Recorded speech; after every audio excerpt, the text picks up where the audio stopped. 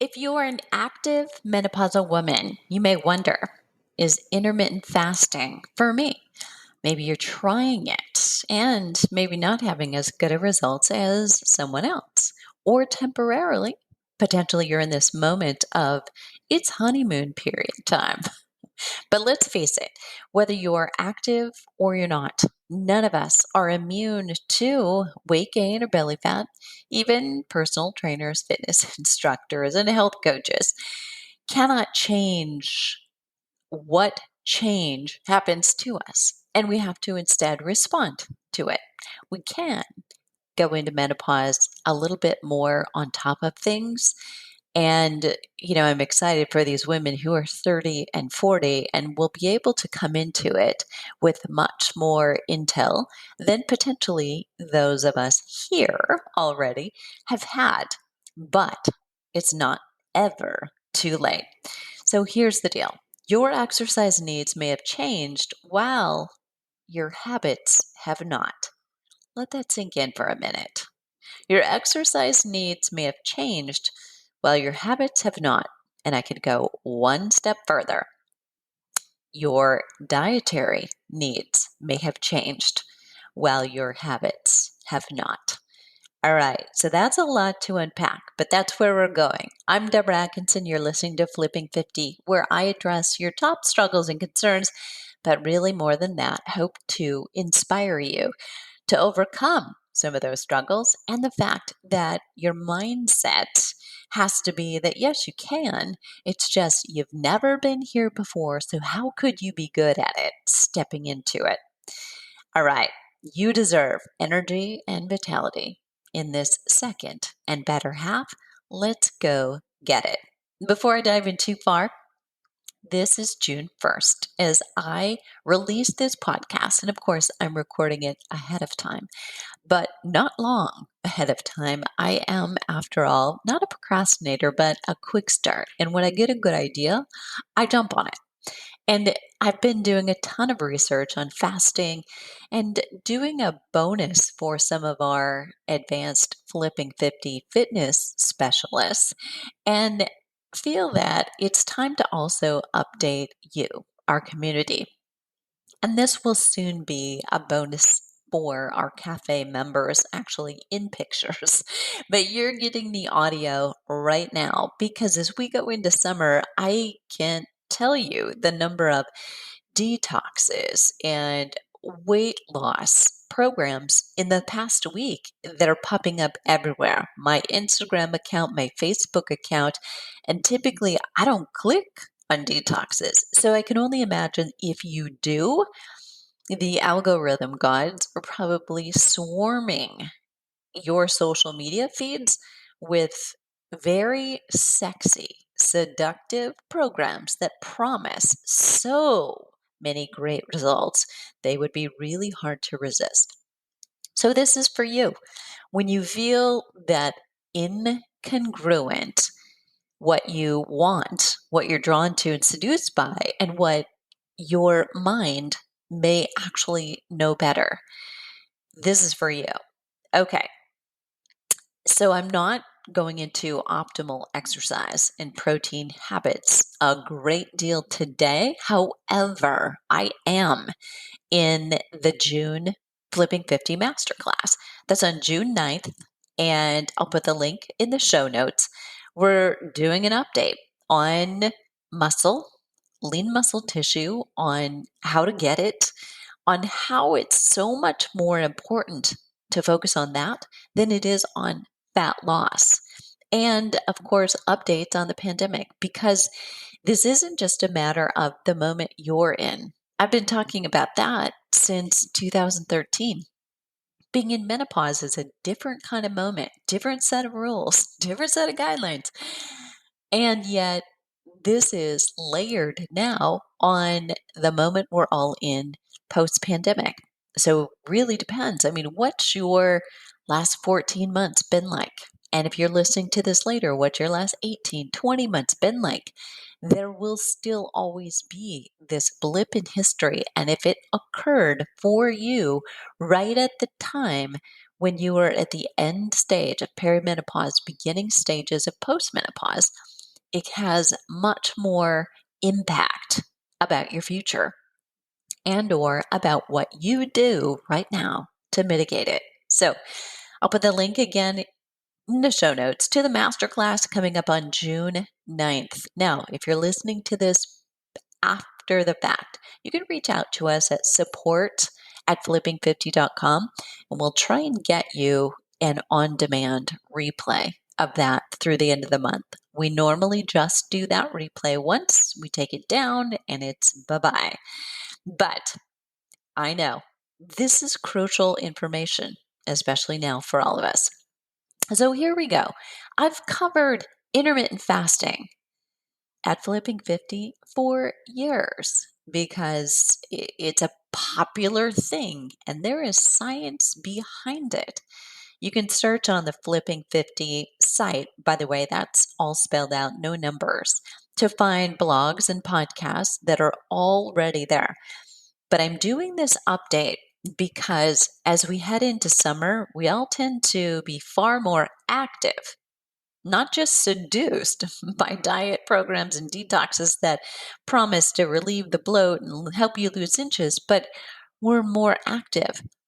And the two of those things together could be devastating. I don't want your summer fitness or healthy eating plan to be sabotaged. This is going to start off like quite science geeky. Hang in there with me. Okay. And when I say start off, I definitely mean start off with a bang. So, fasting and the problem around it comes down to a neuropeptide. Oh my gosh, right? Science.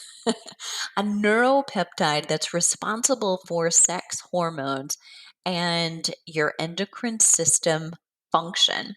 Now, I could also say reproductive function, but most of you here are not looking to get pregnant. You're thinking that's not even possible if I wanted to, but you never know, right? So, this neuropeptide is called kisspeptin. All right. So peptide, peptin, and just kiss, literally, like keep it simple. Stupid. Okay. Not calling you stupid, but here we go. So it plays a significant role, this neuropeptide, in maintaining healthy glucose levels, appetite regulation, and body composition. All right, that made total sense, right? Science geek or no. So, we've talked very recently. I did an episode on insulin and insulin resistance.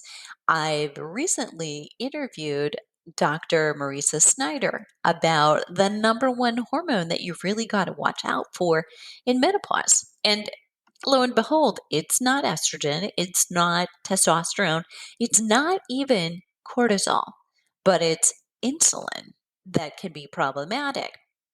All right, I would tend to say it's these two belly fat bullies, cortisol and insulin, that are our biggest problem. Keep that in mind and tuck it into your mind while we move on. So, this neuropeptide kisspeptin is like the manager, playing a role in healthy glucose, appetite regulation, and body composition. And it is, wait for it, more sensitive in women than men. And when it gets disrupted, our sex hormones aren't produced and released the way we need them to be. Now, our sex hormones potentially aren't being released the way we needed them to be anyway, especially if you're post-menopause. You really don't have a lot of them, but you may have some.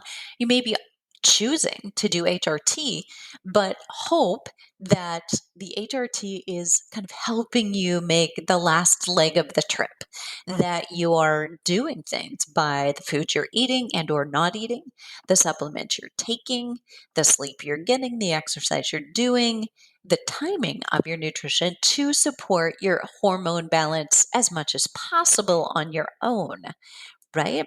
So much of this information Credit goes to Dr. Stacy Sims, and you can reach her for more at Dr. Stacy Sims, Dr. Dr. Stacy with just CY. And I'll put that link in the show notes. She studies women, especially female athletes. She was one. And looking at the difference between women's need for exercise programming versus men and mice. And you've heard me say something very similar as well. So recently, she's also, many of her, and it so happens as we age ourselves, our interest level goes to women who are like us, right? So, of course, was I interested in working with women in midlife when I was in my 20s? Yes. But did I really get in and dig in deep? No, I didn't. I didn't know to. And the baby boom hasn't gone through yet, right? So, how did we know? Because we didn't keep hearing it again and again and again. Well, now I know. Now we're in the right place. And she's another fantastic resource for you, especially if you're more on the active side. But I want every one of you listening to know this. If you intentionally exercise for fitness, for a result, you want to go further. If you go for a 15-minute walk, you want to go a little further. You want to know how many steps you got in today. You're intentionally exercising for a result. You are, quote unquote, an athlete. So I want you to think of that. Classification doesn't mean there has to be a starting line. I'm going to say that again later, just so that you know it's coming. So, where does this all go? We know this neuropeptide now. I want you to get that piece and what it does. So, neuro means nervous system or brain, right? So, it's signaling your brain to release hormones correctly, properly, and has a lot to do with your endocrine system. If you're a younger woman, still your reproductive system. It's definitely more sensitive in women than men. That's why our diets, the way we exercise, really has a bigger impact on our glucose levels, our appetite, and our body composition. And it can go either way, right? Now enter intermittent fasting. And intermittent fasting and keto both disrupt kisspeptin production. When your brain perceives that you have a deficiency in nutrients, meaning intermittent fasting, you're not getting any, right, during certain periods of the day, and keto, where you're getting very, very low carbs, when your brain perceives you've got a deficiency in nutrients compared to what it's used to getting, especially carbohydrates, women have a marked reduction in kisspeptin stimulation, which not only increases your appetite, but it reduces your sensitivity to insulin. What happens if you have reduced insulin sensitivity, or the flip side, insulin resistance? It takes more and more insulin to get that food or the glucose into your muscles for storage, for energy. And the more insulin you have, the more likely your body just got really good at fat storage. And your body cannot do two opposite things at once. You can't be good at fat storage and be good at fat burning. So remember that the increase in appetite may not happen from intermittent fasting alone. You may be thinking, but I intermittent fast, I'm actually less hungry. That is often very true, but can be from the combination of more exercise if you're still operating under that thought, and intermittent fasting, especially if you're restricting your calories. And by the way, intermittent fasting science is not about caloric restriction. It's about a restricted eating window. So those of you who are thinking, I'm barely going to eat, so I'm going to eat during a short window, I'm going to be eating far less calories, so for sure I must lose weight, you may actually be making yourself more fat in time. Now, hang in there. Research does show that intermittent fasting is more likely to cause impaired glucose intolerance in women, but not men. So again, goes back to kisspeptin is more sensitive in women than in men. So our responses then can't be the same. What happens if you layer exercise stress on top of the stress of denying your body fuel? And I want to make this clear. I know we prescribe exercise. Your doctor says you should exercise. It's true. But all exercise is stress. All healthy doses of exercise are stress. We're choosing it. Hopefully, you're doing it according to a safe, regulated, suggested plan based on where you are now and what's appropriate for you. But it is imposing stress on purpose with the hope that we create more strength, more endurance, more resilience during the recovery periods between exercise. So it's a responsible kind of adding stress. It's a little bit like your 10th grade speech teacher giving you an assignment that on Monday you're going to do a 3-minute persuasive speech. Now, in 10th grade, I don't know what. You have acne, you have braces, you have a bad haircut, you're a young girl who's having a period and she hasn't for all that long, and all those things are going against you. Plus, you stand up where you're in front of your peers, where that matters more than ever. But then it's over, right? That's controlled stress. So you get it, you know it's coming. You're going to have to give speeches during your speech class during a semester. And then it gets done and over, and you're fine. Recover.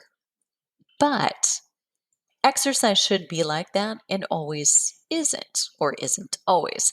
Stress hormones like cortisol rise even higher. So that's what happens when you layer exercise stress on top of the stress of denying your body fuel. Now, let's say you're a woman in menopause. You already have stress, increased cortisol, and your response, negative response to stress, is much greater. So, as you keep increasing that stress, it keeps your sympathetic drive high and reduces your ability to relax. As a result, your thyroid activity is often depressed, which will disrupt your menstrual cycle if you're still cycling, which will make you feel tired, fatigued, gaining weight, although you think I'm doing all the things like not eating as much and exercising, not realizing those are the exact things that are creating the stress, creating the weight. Your body also starts storing more belly fat, specifically right there. So I want to just go back to something I said in passing. So as a result, when thyroid activity is depressed, how do we know that? Well, you can suspect it. You can have thinning of your hair and your eyebrows, but normal test results, normal thyroid test results, for instance, and typical lab tests are not enough information for really what's going on with your thyroid. You want to know what it is specifically that you want to test and interpret optimal levels compared to how you are, not norms, which is a lot of people who were tested to come up with those norms who don't feel very good.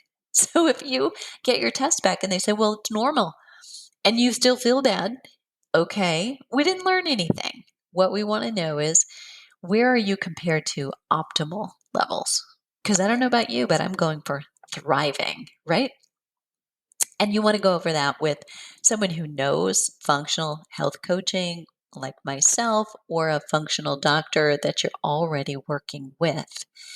What happens when you do an interval training session and then same time I'm already sweaty. I'm going to do a strength training session. And then you decide I'm going to go for a walk. The dog's been staring at you the whole time you're doing the strength training, but you've made a high intensity anaerobic workout an endurance event by stringing things together. that's a problem. Think about it. Have you done it? Short 20 to 30 minute high intensity interval training. And then you decide, well, I'm going to go for a walk now for 45 minutes or an hour. Now you've exercised for an hour and a half. That's endurance. Maybe then you also did strength training. Better for you to do it this way. You do that 20-minute high intensity interval training in the morning. Maybe you take the dog for a walk in the afternoon or the evening. You do strength training in the afternoon or the evening, but you don't string them all together. Important for you to consider if you're doing that, that cortisol could be contributing to belly fat and preventing you from losing. If you might say, well, I'm not gaining weight, imagine what might happen if you did it the other way around. As a woman in midlife or beyond, you are more sensitive to endurance exercises having a negative effect on your cortisol. You decrease the benefits of the HIIT programming when you string things together like that and of the strength training, since cortisol levels break down muscle and cause fat storage. So let me say that again. You already, as a woman in midlife, are more sensitive to endurance exercise having negative effects on your cortisol levels. And so if you string those things together, creating endurance exercise, you will decrease the benefits of the high intensity interval training that you did to burn fat and the strength training that you did to increase lean muscle so you could burn fat, because cortisol breaks down muscle and it causes fat storage. So you're just really canceling each other out. But the end result of that is probably that you're not going to feel very good. You're not going to feel like someone who eats well and exercises.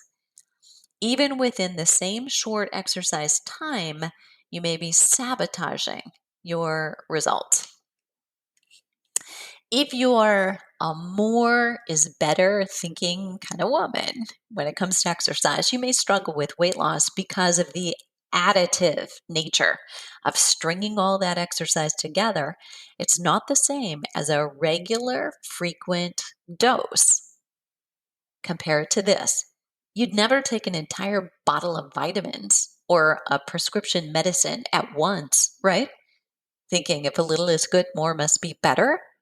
You would never, ever do that. And yet, the American Medical Association and the American College of Sports Medicine, probably a decade ago or more now, coined the term, sorry. Exercise is medicine, because there is proof that it helps with the leveling up of over 80 different diseases, helps to prevent and or treat them. We're talking everything from cognitive, mood, depression, anxiety, to obesity, cholesterol, blood pressure, heart disease, cancer, and it goes on and on. So think about that. So now you're looking at disrupted menstrual cycles if you are still cycling, higher anxiety, stress, impaired performance, and often weight gain. Pretty much the opposite of what I'm guessing you're looking for. Sometimes women will contend that these kind of diets work well for them. The intermittent fasting with like really short windows of eating and keto. And they might for the first few months anyway, or weeks, because nearly any diet will yield some effects in the short term. You and I are proof, aren't we? I mean, look back over your last 30 or 40 years. Did you ever do a diet? You actually got some positive results. And, you fell off because you couldn't maintain it. But that didn't keep you from then doing another diet, trying another one, because temporarily it gives you both a mental and a physical benefit. You feel like I'm starting something, I'm getting a plan, that feels good. I'm going into action, taking things into control. And then you potentially do lose a little weight, whether it's water or it's something more, generally water, you will feel different. But the long-term effects for female athletes, and I mean you, active woman in menopause, is endocrine dysfunction. That's hormone dysfunction. Increases in your abdominal belly fat, more depression, and a backlash of subsequent fat gain. So even if you feel like short-lived, I've lost something, potentially it may have been muscle, and therefore you have less metabolically active tissue, meaning long-term, you're going to increase that waist measurement by Christmas. Female athletes, and I mean you, active women, perform far better in a fed state than a fasted one. I've covered this many times, that even if you are doing intermittent fasting and you find you get pretty good results with it, I highly encourage you to break that fast before a morning high intensity workout. Female athletes need to eat. If you intentionally exercise 3 to 5 days a week, maybe more, and have a desired result, you want some kind of an outcome, you qualify as an athlete. There does not need to be a registration fee or a starting line. Keep something in mind when you see athletes or models that appear thin or have bodies that you envy. Many figure competitors, endurance sport female athletes, and models have thyroid and infertility issues. Many drive themselves to adrenal fatigue. Health isn't their goal. Working, participating, or winning competitions is. Women who want thin, are desperate for weight loss, can fall into the same trap. Abandoning health for temporary weight loss often brings fat storage with a vengeance. Think, when I lose the weight, then I'll change. Never works. What got you here will never get you there. Here's safe fasting guidelines that I'd recommend for everyone, except for those of you listening who may have adrenal fatigue. And let me give you a rundown of a couple things that indicate adrenal fatigue. You wake up in the morning, but you wake up hard. You don't bounce out of bed. You actually want to stay in bed, pull the covers over your head, and when you get up, you're groggy, feeling as if you're hungover, but you haven't had the fun the night before. Now, that might not be you. You might get up and an hour later crash, feeling like you could take a nap and go back to bed. You potentially need or want a snack, something for low blood sugar, feeling like you could take a nap at about 10 a.m., 2 or 4, or maybe all. You don't get started, you don't have much appetite until at least late morning, maybe noon. You probably, if you let yourself, rely on coffee to get you started. By evening, early evening, you come home, sit down, you actually would rather take a nap than eat dinner. But if you stay up long enough, say past 8:30 or 9, you may get a second wind and dangerously stay up late, but just to start it all over again the next day. That's adrenal fatigue. Okay. And if you are exercising right now and ever complete exercise and feel like you could take a nap, your exercise was too much, and you may be pushing on adrenal fatigue. All right, so back to safe fasting guidelines that I recommend for almost everyone that I work with. 3 meals and no snacks, and a minimum of a 12-hour fast overnight. That means the kitchen is closed. You don't eat again for at least 12 hours. For women, the first meal should be high in protein, lower in carbs, and occur in your morning hours. So if you're fasting overnight, better that fast ends at some point before noon. The earlier, potentially, the better.